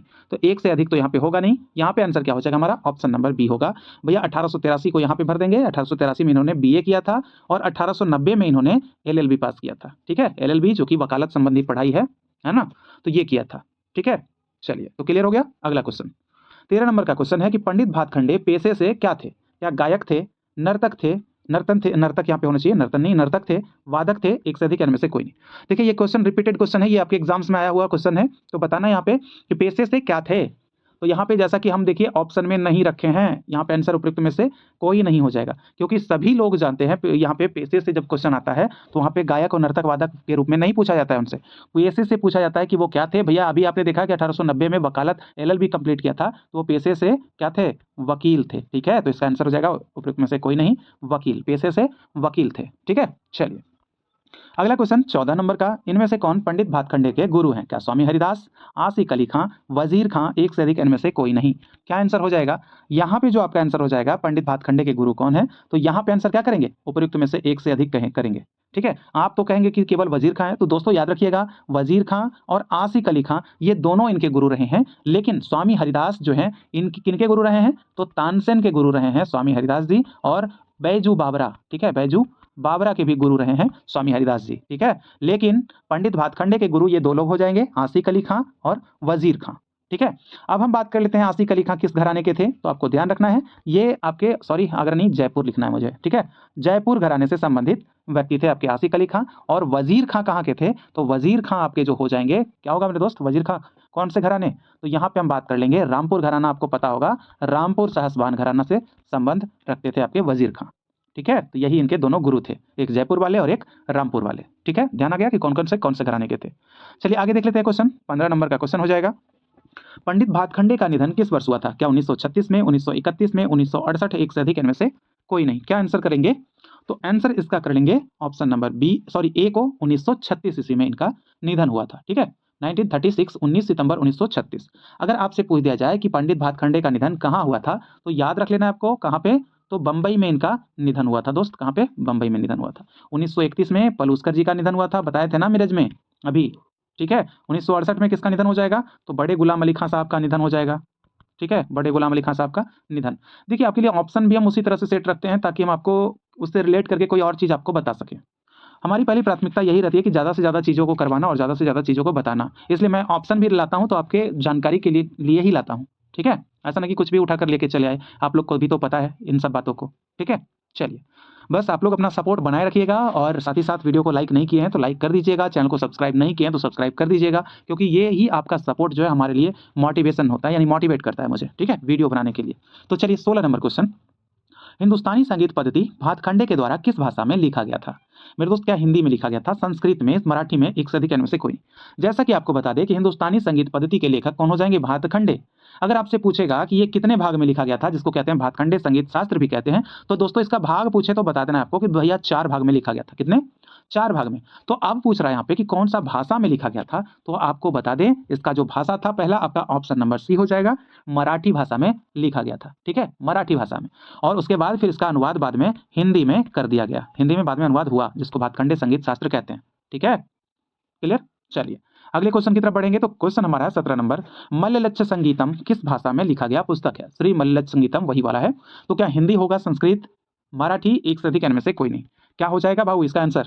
तो यहाँ पे आपका आंसर हो जाएगा, यहाँ पे क्या होगा, तो यहाँ पे आपका आंसर हो जाएगा ऑप्शन नंबर बी हो जाएगा, संस्कृत। ठीक है, संस्कृत हो जाएगा। तो यहाँ पे जो भी है आपका संस्कृत है, यानी कि क्या कह सकते हैं आप लोग को, अनुज कहेंगे या भ्राता कहेंगे, है ना, संस्कृत के शब्दों में। चलिए तो यहाँ पे आपका संस्कृत आंसर हो गया। बाकी मराठी वाला आपको बताया ना कि मराठी में कौन सा है अभी, है ना। अब देखिए श्री मल्ललच्छ संगीतम से क्वेश्चन बनता है आप लोग का, ये पीवाईक्यू भी है, पूछा भी जाता है कि श्री मल्ललच्छ संगीतम जो है ये किसने लिखा है? तो भैया भातखंडे ने लिखा है, ये तो बार बार पूछा जाता है, लेकिन हो सकता है आपसे कि भाषा पूछ दिया जाए कि कौन से भाषा में लिखा गया है, तो ध्यान रखना संस्कृत भाषा में लिखा गया है। ठीक है, इसीलिए मैं ये सब चीजें करवा रहा हूँ आप लोगों से। चलिए अगला क्वेश्चन है 18 नंबर क्वेश्चन, गीत मल्लिका और गीत मल्लिका, ठीक है, ये अलग है, गीत मल्लिका, स्वर मल्लिका और लक्षण गीत इनमें से किनके द्वारा प्रकाशित किया गया है? किनके द्वारा प्रकाशित किया गया है? क्या विष्णु दिगंबर पलुस्कर के द्वारा, विष्णु नारायण भातखंडे के द्वारा, आचार्य बृहस्पति के द्वारा, एक से अधिक इनमें से कोई नहीं? क्या हो जाएगा भाई? 3 नाम यहाँ पे, गीत मल्लिका है, स्वर मल्लिका है और लक्षण गीत है। ठीक है, किनके द्वारा प्रकाशित हुआ था? तो यहाँ पे आंसर हो जाएगा ऑप्शन नंबर बी हो जाएगा, विष्णु नारायण भातखंडे जी के द्वारा ही प्रकाशित हो जाएगा। इनकी पुस्तकों के बारे में ध्यान रखिएगा, बहुत सारी इनकी पुस्तकें हैं जो पूछा भी जाता है।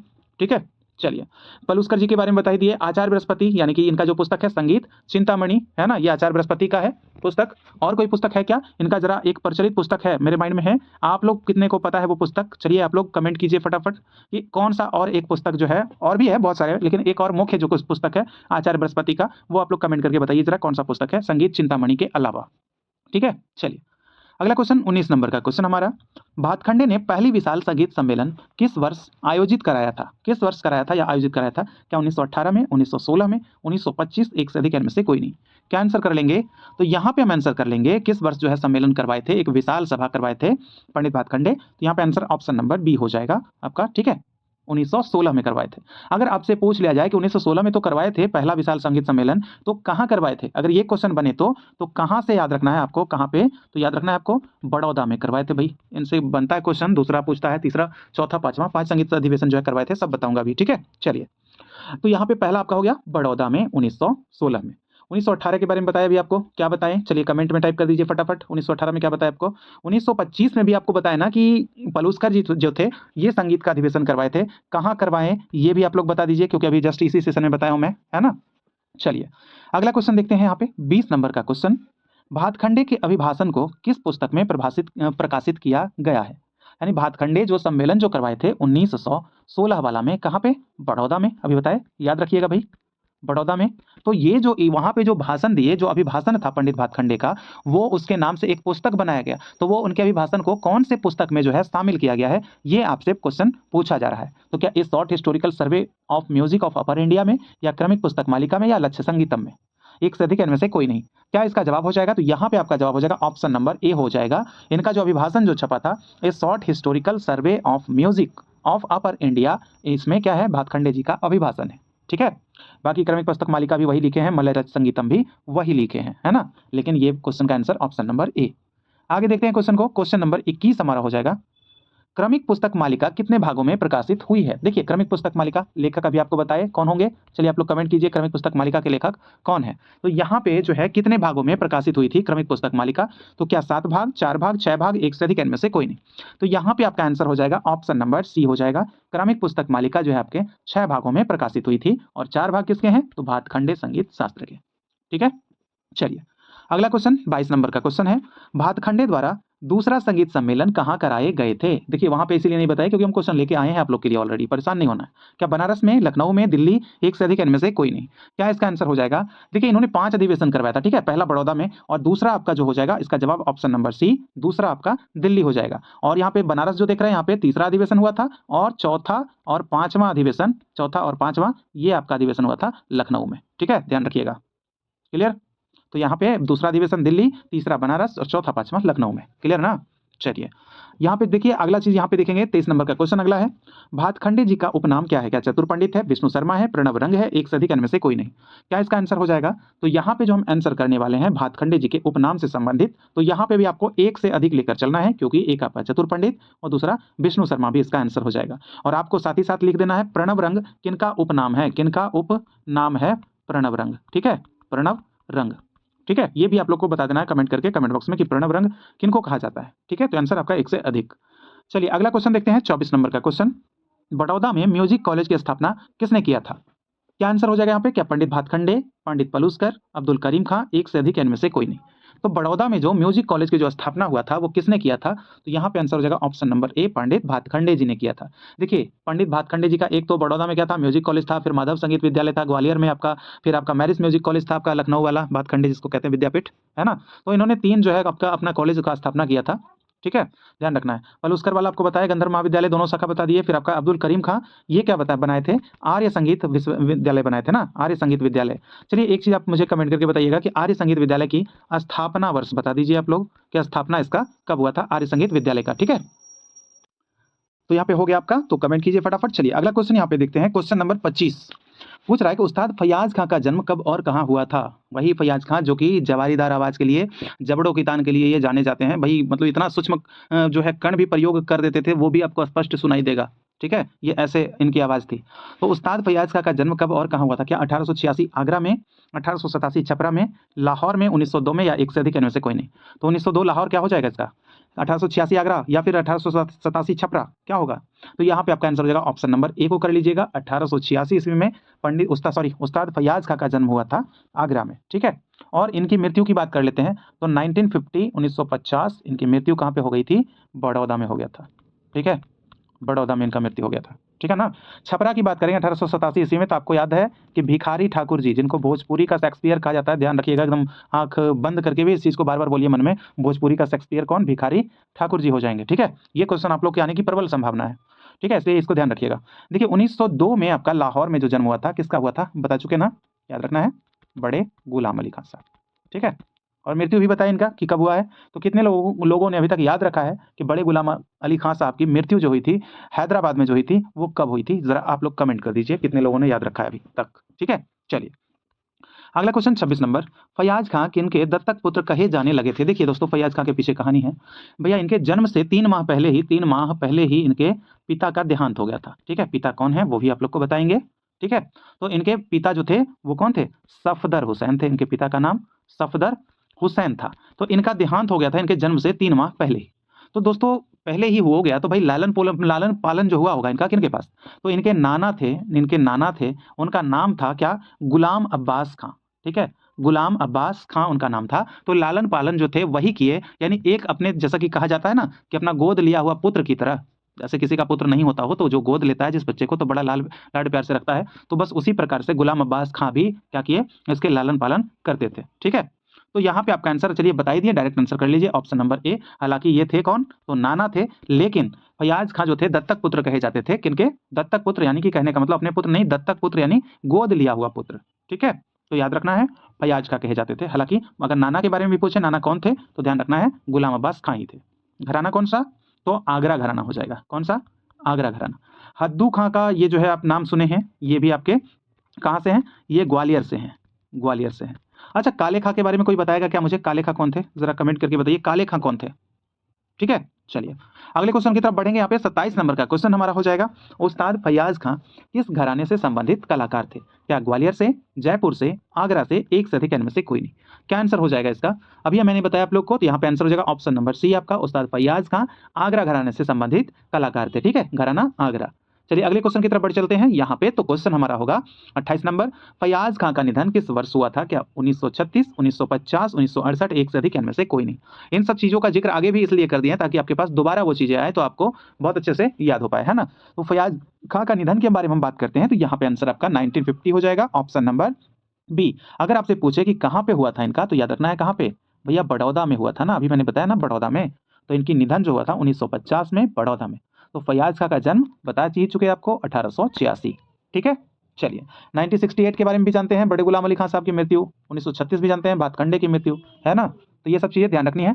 चलिए अब देख लेते हैं यहाँ पे अगला नंबर क्वेश्चन, यानी कि 29, निम्नलिखित में से किसका उपनाम प्रेम पिया है। क्या बड़े गुलाम अली खां साहब का, फयाज खां का, लताफत हुसैन का, एक से अधिक इनमें से कोई नहीं। तो क्या इसका आंसर हो जाएगा, देखिए यहाँ पे हम बात करते हैं बड़े गुलाम अली खां साहब की, तो इनका उपनाम इनको कहा जाता था सब रंग कहा जाता था। क्या कहते थे, सब रंग।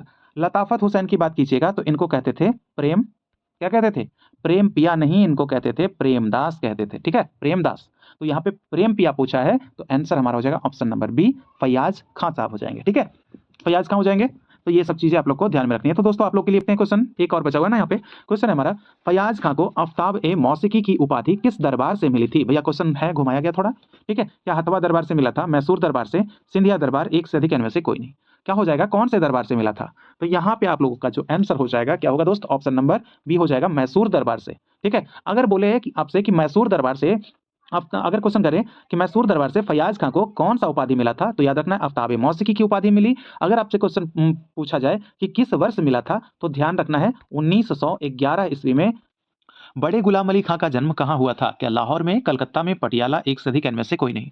क्या इसका आंसर हो जाएगा मेरे दोस्त, तो यहाँ पे जो आपका आंसर हो जाएगा बड़े गुलाम अली खां का जन्म जो हुआ था कहाँ पे, तो आंसर करेंगे ऑप्शन नंबर ए आपका, लाहौर में इनका जन्म हुआ था। साथ ही साथ हम बात कर लेंगे दोस्त इनकी, बड़े गुलाम अली खां साहब की, तो लाहौर में तो हुआ था, लेकिन इनका जन्म कब हुआ था, तो याद रखना है 1902 ईस्वी के अंदर में इनका जन्म हुआ था। ठीक है, अगर आपसे इनके पिता का नाम पूछा जाए, पिता का नाम, तो पिता का नाम क्या था, तो याद रखना है आप लोग को कि इनके पिता थे अली बख्श जी थे। ठीक है, अली बख्श याद रखना है। ठीक है, चलिए आइए आगे देखते हैं क्वेश्चन को। तो क्वेश्चन नंबर 2 हमारा हो जाएगा यहाँ पे कि बड़े गुलाम अली खां के गुरु कौन थे। क्या काले खां थे, सिंधे खां, अलाउद्दीन खां, एक से अधिक इनमें से कोई नहीं। तो देखिए बड़े गुलाम अली खां साहब की हम बात कर रहे हैं, तो यहाँ पे आप लोगों का जो आंसर होना है ऑप्शन नंबर डी हो जाएगा, क्योंकि आप लोग देख रहे हैं यहाँ पे एक तो काले खां थे और दूसरा आपके सिंधे खां थे। ठीक है, तो काले खां ये गुरु थे, तो कौन थे, ये चाचा थे इनके। ठीक है, ये चाचा थे, और सिंधे खां भी गुरु रहे हैं। ठीक है, गुरु रहे हैं, तो दोनों को याद रखना है। और काले खां, ये आप लोगों को ध्यान रखना है कि काले खां जो है ये इनको क्या कहते हैं, इनका उपनाम कहा जाता है मेरे दोस्त, इनको कहते हैं क्या, काले खां को सरस पिया कहते हैं। क्या कहते हैं, सरस पिया कहते हैं। बात कर ले अलाउद्दीन खां साहब की, तो अलाउद्दीन खां साहब जो थे आप लोगों के लिए बताएं, ये मैहर घराने के संस्थापक कहे जाते हैं और इन्होंने मैहर वाद्य वृंद के लिए दोस्तों रचना भी की है। ठीक है, आप लोगों को फटाफट कमेंट करके बता देना है कि मैहर वाद्य वृंद के लिए अलाउद्दीन खान साहब ने कितनी रचनाएं की है। ठीक है, ये क्वेश्चन रहा आप लोगों से इस सेशन का पहला क्वेश्चन। ठीक है, चलिए आगे चलते हैं, क्वेश्चन देखते हैं यहाँ पे तीसरा नंबर। बड़े गुलाम अली खां साहब की मृत्यु कहाँ हुई थी? देखिए कहाँ कब हुई थी, ये सब तो करवाए थे आज। आइए जान लेते हैं ये भी कि भाई कहाँ हुई थी। क्या बड़ौदा में, हैदराबाद में, पंजाब में, एक से अधिक इनमें से कोई नहीं? क्या आंसर कर लेंगे? तो यहाँ पे हम आंसर जो करेंगे, बड़े गुलाम अली खां साहब की जो मृत्यु हुई थी, आंसर ऑप्शन नंबर बी हो जाएगा, हैदराबाद में हुआ था। लेकिन अगर आपसे बात किया जाए मेरे दोस्त कि ये तो हैदराबाद में हुआ था, तो कब हुआ था? अगर बात किया जाए कब, तो याद रखना है दोस्तों 23 अप्रैल, कब? 23 अप्रैल 1968 को, यानी 1968 में हुआ था, ये हैदराबाद में हुआ था। ठीक है, क्लियर। जन्म कहाँ हुआ था बता चुके, लाहौर में, और 1902 में हुआ था जन्म। ठीक है, चलिए आगे देख लेते हैं क्वेश्चन को। तो चौथा नंबर हमारा क्वेश्चन हो जाएगा कि बड़े गुलाम अली खां साहब किस घराने से संबंधित कलाकार थे? तो घराना बताना है दोस्तों यहाँ पे, क्या आगरा घराना, दिल्ली घराना, पटियाला, एक से अधिक इनमें से कोई नहीं? देखिए किसी कलाकार से अगर आप लोगों के बीच में अगर प्रश्न बनता है तो इससे ज्यादा प्रश्न मुझे नहीं लगता है कि बनेगा, क्योंकि जो जो इंपॉर्टेंट होगा आप लोग के थ्योरी से निकाल कर आप लोग के बीच में जो है प्रकट किया हूँ। तो मुझे उम्मीद है कि आप लोगों के बीच जो पूछा जाएगा अगर रिलेटेड, तो ये इतना में से ही पूछा जाएगा। अभी और जो है कलाकार, उनसे भी आप लोग को और भी करा दूंगा, उनका भी सेशन आप लोग को तो कलाकार वाला करवा दूंगा, यानी कि बात कर लेंगे तो टॉपिक वाइज आप लोग के लिए है, बिल्कुल आप लोग का करवा देंगे। हम ऐसे ही एक रणनीति पे काम कर रहे हैं, बाकी कुछ देखेंगे, बाकी थ्योरी वगैरह अगर ऐसी होगी कुछ तो वो भी आप लोग के सामने डायरेक्ट ला देंगे। ठीक है, चलिए तो यहाँ पे हम बात करेंगे, यहाँ पे क्या आंसर हो जाएगा? तो यहाँ पे आप लोग का आंसर हो जाएगा किस घराने से? तो आंसर है ऑप्शन नंबर सी आपका, पटियाला घराना से। ठीक है, पटियाला घराना। अच्छा, आप लोगों में से कोई है जो कि पटियाला घराना के संस्थापक को बता सकता है? क्योंकि मैंने बताया था आप लोग को, तो कितने लोग याद रखते हैं? बस मेरा पर्पस यही रहता है आप लोगों से सवाल पूछने का। ठीक है, चलिए तो आप लोग को कमेंट करके बता देना है संस्थापक कौन थे।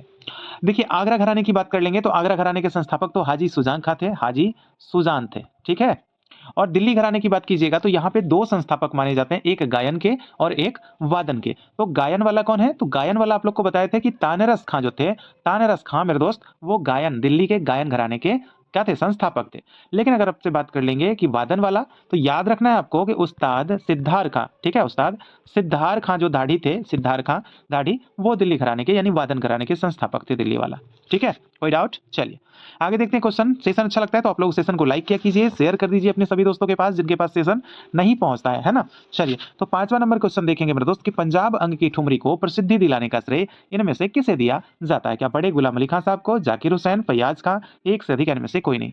तो देखिए पंजाब अंग की ठुमरी, देखिए ठुमरी की बात कर रहे हैं ना, ठुमरी की बात कर रहे हैं तो मेरे दोस्त ठुमरी से क्वेश्चन बनता है कि ठुमरी कितने अंगों से गाई जाती है? क्वेश्चन हमारा ये बनता है। तो याद रखना है आपको, ठुमरी दो अंगों से गाई जाती है। कौन कौन से अंग? तो एक अंग तो आपका हो जाता है दोस्त पूरब अंग, और दूसरा अंग हो जाता है आपका दोस्त क्या? पंजाब अंग। ठीक है, तो दो अंगों से गाई जाती है, आप लोग को ध्यान रखना है। तो उसी में से एक आपका है जो बताया आपको क्या, एक पूरब अंग, पूरब, और एक आपको बताया कौन सा? पंजाब अंग। तो पंजाब अंग की जो ठुमरी थी उसको प्रसिद्ध करने का जो श्रेय दिया जाता है, इसका आंसर ऑप्शन नंबर ए हो जाएगा, बड़े गुलाम अली खां साहब की। और पूरब अंग की ठुमरी के लिए जो प्रचलित जो घराना माना जाता है, तो याद रखना है आप लोगों को, लखनऊ और दूसरा बनारस, ये पूरब अंग की ठुमरी के लिए प्रसिद्ध घराना है। ठीक है, चलिए क्लियर हो गया। अगला क्वेश्चन की तरफ बढ़ेंगे, और ठुमरी के साथ कौन सी ताल की संगति होती है, ये भी जरा आप लोग लगे हाथ लिख ही दीजिए। ठीक है, तो कमेंट बॉक्स खुला है, आंसर देते चलिए आप लोग। छठा नंबर क्वेश्चन देखेंगे, बड़े गुलाम अली खान ने अपना पहला संगीत प्रस्तुतिकरण किस शहर में दिया था? देखिए दोस्त क्वेश्चन की बात कर लेंगे तो रिलेटेड है संगीतज्ञ से, तो ये इंपॉर्टेंट हो जाता है। तो प्रत्येक क्वेश्चन का जो है वेटेज देकर चलना है हम लोगों को, और अच्छे से सारे प्रश्नों को क्लियर करते हुए आगे बढ़ना है। ठीक है, तो आंसर करें यहाँ पे, बड़े गुलाम अली खां साहब ने अपना पहला संगीत प्रस्तुतिकरण किस शहर में दिया था? आंसर क्या करेंगे दोस्त? क्या लाहौर, कलकत्ता, बनारस, एक से अधिक इनमें से कोई नहीं? क्या आंसर? तो आंसर आप लोगों का होना है ऑप्शन नंबर बी हो जाएगा, कोलकाता। ठीक है, कोलकाता से मुझे याद आया दोस्तों कि कोलकाता में जो है आप लोगों का एक क्वेश्चन बनता है, क्या बनता है कि संगीत रिसर्च एकेडमी, ठीक है, संगीत रिसर्च एकेडमी, ठीक है, एकेडमी जो आपका कहाँ है? तो ये कोलकाता के अंदर ही पड़ता है। ठीक है, याद रखना है आप लोगों को। और लाहौर में तो इनका जन्म हुआ था 1902 ईस्वी में। ठीक है, 1902। चलिए आगे बढ़ चलते हैं, क्वेश्चन देखेंगे सातवां नंबर का, सब रंग के नाम से किनको जाना जाता है? क्या काले खां को, कुमार गंधर्व को, बड़े गुलाम अली खां, एक से अधिक इनमें से कोई नहीं? क्या आंसर हो जाएगा इसका? तो यहाँ पे हम आंसर जो करने वाले हैं मेरे दोस्त, सब रंग के नाम से जो जाने जाते हैं, तो आंसर ऑप्शन नंबर सी हो जाएगा, बड़े गुलाम अली खां। आप लोग को कॉन्सेप्ट बताए थे कि बड़े गुलाम अली से गुलाब याद रखना है, और गुलाब ऐसा सोचिए कि सभी रंग में होता है, तो भैया सब रंग हो जाएगा ना। क्या होगा? सब रंग। कुमार गंधर्व को क्या कहते हैं? क्या इनका उपनाम है? तो याद रखिएगा, इनको कहा जाता है भाई शोक कहा जाता है। काले खां को क्या कहते हैं? इनका क्या उपनाम है? तो अभी जैसा कि मैंने बताया कि काले खां का उपनाम सरस पिया है ना। सरस पिया हो जाएगा, याद रखना है। कुमार गंधर्व, ठीक है। चलिए शोक, आगे देखते हैं। लोक संगीत एवं शास्त्रीय संगीत का रिश्ता बनाते हुए बड़े गुलाम अली खां किस राग में हरि ओम तत्सत, ठीक है, के नाम से एक रचना की थी? क्या राग पहाड़ी में वो की थी? राग बिलावल में, राग पूर्वी, एक से अधिक इनमें से कोई नहीं। क्या आंसर करेंगे? देखिए क्वेश्चन जो है थोड़ा-सा एडवांस तो ज़रूर है क्वेश्चन, अगर याद नहीं है तो बहुत ज़्यादा एडवांस हो जा रहा है, अगर याद है तो भाई कुछ भी नहीं है। तो जो लोग भी जानते हैं, देखिए क्वेश्चन हम हर प्रकार के आप लोग के बीच में हम कोशिश करते हैं, जब भी सेशन आए, कोई भी सेशन आए तो क्वेश्चन जो है आप लोग को बिल्कुल नया-नया ही होना चाहिए और ज़्यादा से ज़्यादा क्वेश्चन हो ताकि ज़्यादा चीज़ें आप लोग को जानने को मिले, है ना? चलिए, तो यहाँ पे क्या आंसर करेंगे? समझ पाए क्वेश्चन को? नहीं समझे? तो मैं दोबारा आपको समझाता हूँ। देखिए लोक संगीत एवं शास्त्रीय संगीत का जो रिश्ता है वो बनाते हुए बड़े गुलाम अली खां क्या किए थे कि एक रचना किए थे। वो रचना था क्या? हरि ओम तत्सत जो रचना किए थे, तो पूछा जा रहा है कि वो कौन-सा राग में किए थे? ये पूछा जा रहा है। ठीक है? क्या राग पहाड़ी, राग बिलावल, राग पूर्वी, एक से अधिक इनमें से कोई नहीं। आंसर क्या कर लेंगे? तो आंसर करेंगे ऑप्शन नंबर ए को मेरे दोस्त, राग पहाड़ी में है। ठीक है? और पहाड़ी की बात कर लेंगे तो पहाड़ी आपका कौन-सा था? तो बिलावल थाट आपका ये पहाड़ी हो जाएगा। चलिए इसका वादी संवादी राग पहाड़ी का और गायन समय जो है राग पहाड़ी का आप लोग फटाफट कमेंट बॉक्स में सभी लोग लिख कर भर दीजिए जरा। ठीक है? सभी लोग फटाफट लिखिएगा आप लोग पहाड़ी का जो है गायन समय और वादी संवादी क्या है। चलिए आगे देखते हैं 9वां नंबर क्वेश्चन। बड़े गुलाम अली खां को पद्म भूषण पुरस्कार कब दिया गया था? क्या 1966 में, 1968 में, 1962, एक से अधिक इनमें से कोई नहीं। क्या आंसर हो जाएगा? तो यहाँ पे हम आंसर जो करने वाले हैं, आंसर करेंगे दोस्तों ऑप्शन नंबर बी को 1968 ईस्वी में, 1968 में इनकी क्या हुई थी? इनको सॉरी निधन हो गया था ना भाई, पूछा हमसे क्या है, ये तो निधन हुआ था। ठीक है, निधन, देखिए मैं ये निधन वाला बात भी आपको बताने वाला था लेकिन माइंड में ये बात पहले ही आ गई है ना। चलिए कोई बात नहीं, यहाँ पे देखते हैं आंसर हो जाएगा हमारा ऑप्शन नंबर सी 1962, 1962 ईस्वी में इनको पद्म भूषण पुरस्कार से सम्मानित किया गया था मेरे दोस्त। ठीक है, और इनका निधन 1968 में कहाँ बताया मैंने आपको? कहाँ बताया? तो याद रखना है, निधन हैदराबाद में हो गया था। ठीक है, हैदराबाद में, हैदराबाद और सिकंदराबाद दोनों जुड़वा शहर है ना। चलिए तो वहीं उसी में एक आपका हैदराबाद है। ठीक है, आइए आगे देख लेते हैं अब निसार हुसैन खां साहब के बारे में कुछ क्वेश्चंस। निसार हुसैन खां का जन्म कहाँ हुआ था? क्या बदायूं में हुआ था, खैरवाली गांव में, जहाज ग्राम, एक से अधिक इनमें से कोई नहीं। क्या आंसर कर लेंगे इसका? तो यहाँ पे हम आंसर करेंगे ऑप्शन नंबर ए को, बदायूं में हुआ था। और बदायूं आपका कहाँ पड़ता है? तो उत्तर प्रदेश में पड़ता है। और दोस्तों हम बात करेंगे साथ ही साथ इनका जन्म की, तो जन्म कब हुआ था? तो यहाँ पे हम आंसर कर लेंगे 1907। ठीक है, 1907 ईस्वी को इनका जन्म हुआ था, बदायूं गांव में हुआ था, ध्यान रखना है, बदायूं में हुआ था। क्लियर? तो ये थे आपके निसार हुसैन खां साहब। अगर हम बात कर लेंगे इनके पिता की, निसार हुसैन की, तो निसार हुसैन जो थे आपका, इनके पिता का नाम था फिदा हुसैन। अगर पूछे क्वेश्चन तो बता देना है, फिदा हुसैन के पुत्र थे निसार हुसैन। ठीक है, चलिए अब यहाँ पे हम बात करते हैं दोस्त की खैरवाली ग्राम। आपको याद होगा हम आपको बताए थे स्वामी हरिदास जी के बारे में, स्वामी हरिदास जी के बारे में बताए थे कि इनका जन्म जो हुआ था आपका खैरवाली ग्राम में हुआ था। और स्वामी हरिदास जी कौन थे? तो ध्यान रखें ना, स्वामी हरिदास जी दो महान संगीतज्ञ, एक तो तानसेन और दूसरा कौन? बैजू बावरा, उनके गुरु कहे जाते हैं, स्वामी हरिदास जी कहे जाते हैं। और स्वामी हरिदास की बात कीजिएगा ना, तो ध्रुपद की जो 4 वाणियां थी उसमें से एक वाणी था आपका कौन सा? डागुर वाणी, उससे संबंधित व्यक्ति माने जाते हैं। वहां से आपका ब्रजचंद भी हैं लेकिन स्वामी हरिदास जी भी हैं। ठीक है, जहाज ग्राम में बात करते हैं, जहाज ग्राम में किनका जन्म हुआ था? तो आपको पता होगा कि ओमकारनाथ ठाकुर, ओमकारनाथ ठाकुर जी का जन्म हुआ था वो आपके बड़ौदा के निकट जहाज ग्राम में। कब? तो 1897 में। ठीक है, 1897 में इनका जन्म हुआ था, ध्यान रखना है। चलिए अगले क्वेश्चन 11 नंबर का क्वेश्चन है हमारा, निसार हुसैन खां ख्याल गायन के किस घराने से संबंधित है? क्या गौरीपुर, रामपुर साहिबान, दिल्ली, एक से अधिक इनमें से कोई नहीं। क्या आंसर हो जाएगा? तो यहाँ पे जो हम आंसर करने वाले हैं, निसार हुसैन खां जो है ये ख्याल गायन के किस घराने से, तो यहाँ पे आंसर हो जाएगा आपका ऑप्शन नंबर बी, रामपुर साहिबान घराने से संबंधित हो जाएंगे आपके कौन? निसार हुसैन खां साहब।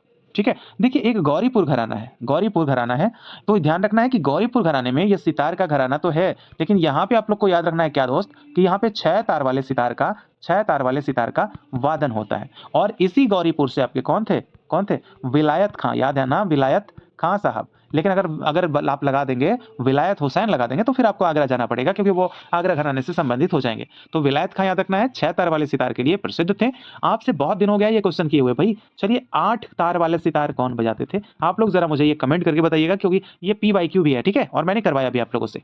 ठीक है, तो आप लोग 8 तार वाले सितार वादक का नाम बताइएगा। वैसे तो सितार में अगर तार पूछे कि कितने होते हैं तो आपको जनरली बताना है कि सर 7 तार होते हैं, है ना।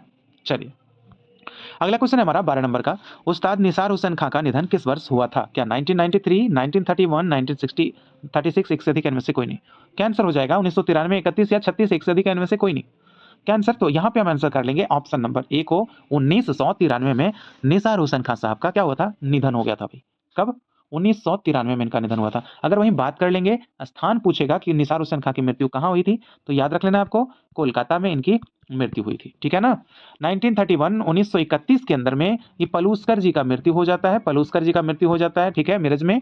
और 1936 में आपका भातखंडे जी का भी मृत्यु हो जाता है। ठीक है, निधन हो जाता है। निधन से था, इसीलिए सबका निधन ही उठाकर हम लाए थे, है ना? चलिए अगला क्वेश्चन 13 नंबर का क्वेश्चन, निसार हुसैन खान ने इनमें से किसके दरबारी के रूप में काम किया? क्या बड़ौदा महाराज, दरभंगा महाराज, मैसूर महाराज, एक से अधिक इनमें से कोई नहीं? तो क्या यहाँ पे आंसर हो जाएगा? यहाँ पे जो आपका आंसर होना है क्या होगा?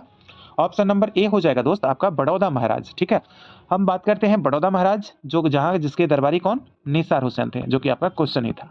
ठीक है, निसार हुसैन घराना आप लोग को बता दिया कि निसार हुसैन रामपुर सासवान घराने से संबंध रखते थे। ठीक है, अब यहाँ पे हम देखेंगे एक दरभंगा दरभंगा महाराज थे, जो कि आपके दरभंगा जो घराना था भी आपका। ठीक है, ये ज़्यादा प्रचलित तो दरभंगा महाराज के बारे में नहीं है, लेकिन आपका कर्नाट वंश जो था ना, शायद उधर ही क्षेत्र में था, मिथिला के क्षेत्र में था कर्नाट वंश, जहाँ के आपका ये नान्यदेव वगैरह थे, लोचन वगैरह थे, उधर के थे ना। हाँ, चलिए मैसूर के बारे में बात करते हैं, तो यहाँ पे याद रखना है आपको, फयाज खां की नाम याद आनी चाहिए यहाँ पे। ठीक है, मैसूर मैसूर महाराज से। तो ये क्या क्या था, मैसूर के जो महाराज थे, इन्होंने 1911 ईस्वी में फयाज खां साहब को एक उपाधि दी थी। कौन सी उपाधि? तो दोस्त उपाधि था कौन सा? क्या उपाधि था? तो देखिए अभी जो है आपको बताएं कि उपाधि था आफ्ताब-ए मौसिकी। ठीक है, आफ्ताब-ए मौसिकी की उपाधि दी गई थी इनको। ठीक है, चलिए मुझे लगा ये क्वेश्चन आप ही लोगों से कर ले, लेकिन बता दिया मैं आपको। चलिए ध्यान रखिएगा आप लोग ध्यान से, और ईस्वी को भी ध्यान रखिएगा कि 1911 में ही दिया गया था। ठीक है, मैसूर नरेश के द्वारा फयाज खान साहब को। आगे देखते हैं 14 नंबर का क्वेश्चन, भारत सरकार ने निसार हुसैन को पद्म भूषण पुरस्कार से कब सम्मानित किया था? क्या 1962 में, 1971, 1955, एक से अधिक इनमें से कोई नहीं?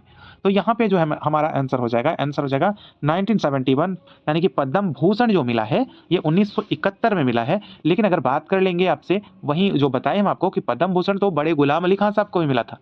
तो कब मिला था? ये 62 में मिला था। किनको? तो बड़े गुलाम अली खान साहब को। ठीक है, और 71 निसार हुसैन खान साहब। आगे देखते हैं क्वेश्चन, इनमें से किसने ऑल इंडिया रेडियो पर तराना विशेषज्ञ के रूप में भी कार्य किया है? क्या निसार हुसैन खान, नथन पीर बख्श, पंडित राजन साजन मिश्र, एक से अधिक इनमें से कोई नहीं? क्या यहाँ पे आंसर हो जाएगा? तो जो तराना विशेषज्ञ है, ध्यान रखना है कि तराना विशेषज्ञ के रूप में कौन कार्य किया है, तो यहाँ पे जो आपका आंसर हो जाएगा ऑप्शन नंबर ए ही हो जाएगा, निसार हुसैन खां साहब हो जाएंगे। ठीक है, निसार हुसैन खां। नथन पीर बख्श आपको नजर आ रहा है, तो इनका संबंध आपका हो जाएगा ग्वालियर घराने से हो जाएगा, और इनको ग्वालियर घराना का क्या दोस्त, तो संस्थापक भी जाना जाता है, संस्थापक के तौर पे। ठीक है, और पंडित राजन साजन मिश्र के गुरु से क्वेश्चन आता है कि इनके गुरु कौन थे, तो याद रख लेना है आप लोगों को, हनुमान प्रसाद मिश्र जी थे पंडित राजन साजन मिश्र के गुरु। ठीक है, पंडित राजन साजन मिश्र। चलिए आइए आगे देख लेते हैं क्वेश्चन नंबर 16 को, उस्ताद आमिर खां का जन्म कहाँ हुआ था? क्या कोलकाता में, मुंबई में, इंदौर में, एक से अधिक इनमें से कोई नहीं? आंसर क्या कर लेंगे मेरे भाई यहाँ पे? तो आंसर आपका करना है Aamir Khan Sahab, answer option number C, Indore में इनका जन्म हुआ था। ठीक है, हम बात कर लेंगे, जन्म तो हुआ था इंदौर में, लेकिन अगर आपसे क्वेश्चन बने दोस्त कि कब हुआ था, तो याद रखना है 15 अगस्त, यानी हमारे आज़ादी का दिन, जब हमें आज़ादी मिली थी हमारे भारतवर्ष को, तो 15 अगस्त 1912 ईस्वी को। ठीक है, ऐसा ना कि 1912 समझिएगा, आज़ादी भाई 1947 में मिला था। ठीक है, 15 अगस्त 1947 को, लेकिन जन्म जो हुआ था 15 अगस्त 1912, जैसे हम स्वतंत्रता दिवस मनाते हैं ना 15 अगस्त को, तो वही उनका जो है उसी समय जो है जन्म हुआ था, यानी उनका बर्थडे भी आपका 15 अगस्त को ही है, लेकिन वर्ष 1912 में इनका जन्म हुआ था। कहाँ पे? इंदौर में। ठीक है, हम बात कर लेंगे, अगर आपसे पिता का नाम पूछा जाए तो फिर क्या बताएंगे? तो जैसे कि आपको याद रखना है आमिर, तो याद रखना है शाहमीर। ठीक है, आमिर शाहमीर, यानी इनके पिता का नाम क्या था? शाहमीर खां हो जाएगा। ठीक है जी, शाहमीर खां हो जाएगा। चलिए आगे देखते हैं क्वेश्चन हम 17 नंबर, उस्ताद आमिर खां के पिता कौन थे? देखिए भाई पिता के बारे में भी तो बता ही दिया, क्वेश्चन भी यहाँ पे है। चलिए, क्या शामिर खां, अलादिया खां, अब्दुल करीम खां, एक से अधिक इनमें से कोई नहीं? क्या आंसर हो जाएगा? तो यहाँ पे आपका आंसर हो जाएगा ऑप्शन नंबर ए, शामिर खां। हम बात कर लेंगे शामिर खां की, तो शामिर खां आपको पता होगा दोस्तों क्या, कि भिंडी बाजार घराना आपको याद होगा। भिंडी बाजार घराना के ये क्या थे? सारंगी वादक थे।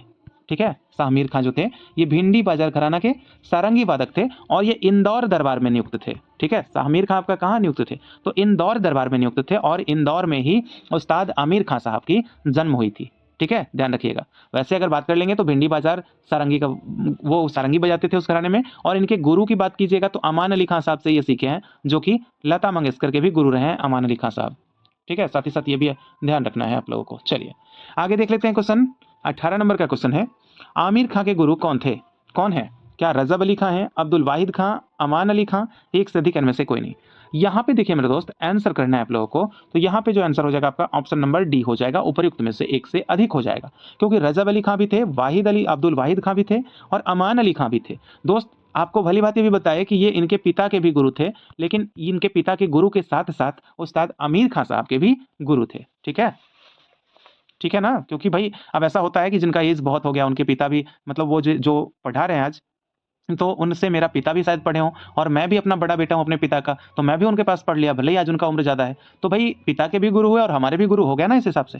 तो बस इस तरह से आप लोग को ध्यान रखना है कि ये भी इनके गुरु में आ जाते हैं और भिंडी बाजार घराना से ये संबंध रखते हैं अमान अली खां साहब। चलिए आगे देख लेते हैं। क्वेश्चन नंबर 19, आमिर खां की मृत्यु किस वर्ष हुई थी? क्या 1974, 1971, 1968, एक से अधिक इनमें से कोई नहीं? तो आमिर खां की मृत्यु के बारे में अगर हम बात कर लेंगे मेरे भाई बहन, तो यहाँ पे क्या हो जाएगा 19 नंबर का क्वेश्चन, आंसर 1974 हो जाएगा, ऑप्शन नंबर ए हो जाएगा आपका। पता है इनकी मृत्यु कैसे हुई थी? इनकी मृत्यु हुई थी, कहा जाता है कि ये सड़क दुर्घटना में हुआ था। ठीक है, सड़क दुर्घटना में हुआ था इनका मृत्यु। भाई बहुत दुखद बात है, सड़क दुर्घटना से इनकी मृत्यु हो गई थी, नहीं तो ये अभी और होते तो बहुत सारी चीज़ों की रचनाएं और भी करते, है ना?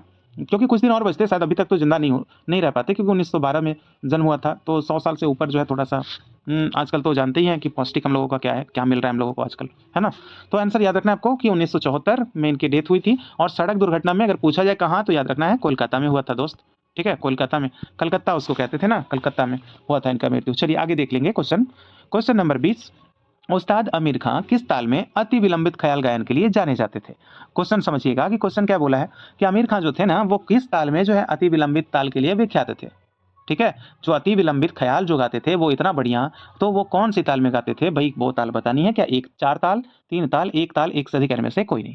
क्या आप लोग को बताना है यहाँ पे? तो आंसर हो जाएगा इसका ऑप्शन नंबर सी, एक ताल हो जाएगा। ठीक है, और एक ताल की अगर बात कर ही रहे हैं तो यहाँ पे याद रखना है आपका 12 मात्रा होता है और इसके कितने 6 विभाग हो जाते हैं और प्रत्येक विभाग में 2-2 मात्राओं का समावेश होता है मेरे दोस्त। ठीक है, 2-2 मात्राओं का समावेश होता है।